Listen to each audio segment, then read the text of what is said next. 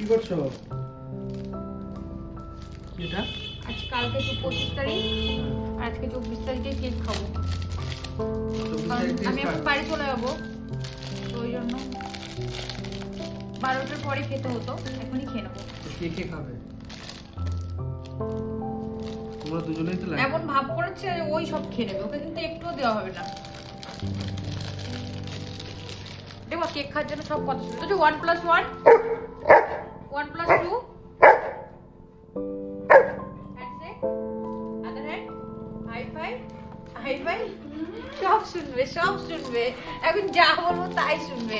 আচ্ছা বসো বসো। নো নো, তাহলে হবেই না, তাহলে হবেও না। বলছি না নো। বাবা জল কি ঠান্ডা নেই? দিল? দিল?